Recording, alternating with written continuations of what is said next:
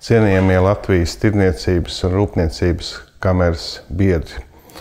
Sveicu jūs ikgadējā kopsapulcē un novēlu būt jums tikpat aktīviem, tikpat varošiem un tikpat zinošiem, kā jūs esat līdz šim bijuši.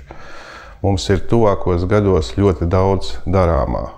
Es tiešām saku mums, jo tikai kopā ar jūsu atbalstu mēs varam sasniegt to, par ko mēs runājam visus pēdējos gadus.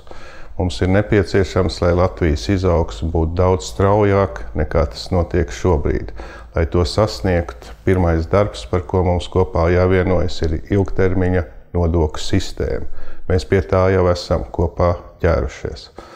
Nākamais darbs mums ir jārada Latvijas investīciju piesaistes pakete, tāpat arī atbalsts visiem eksportam. Mēs nevaram izlīdzēties ar atsevišķu entuziastu, ar atsevišķu ministru, ar atsevišķu amatpersonu veikto autonomā darbu, katrs savā nozarē.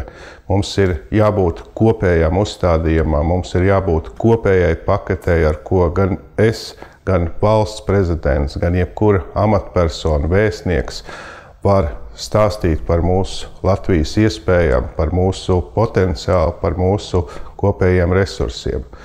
Trešais ekonomikas karošais darbs, es domāju, ir neizmantotās iespējas Latvijas loģistikas piedāvājumā.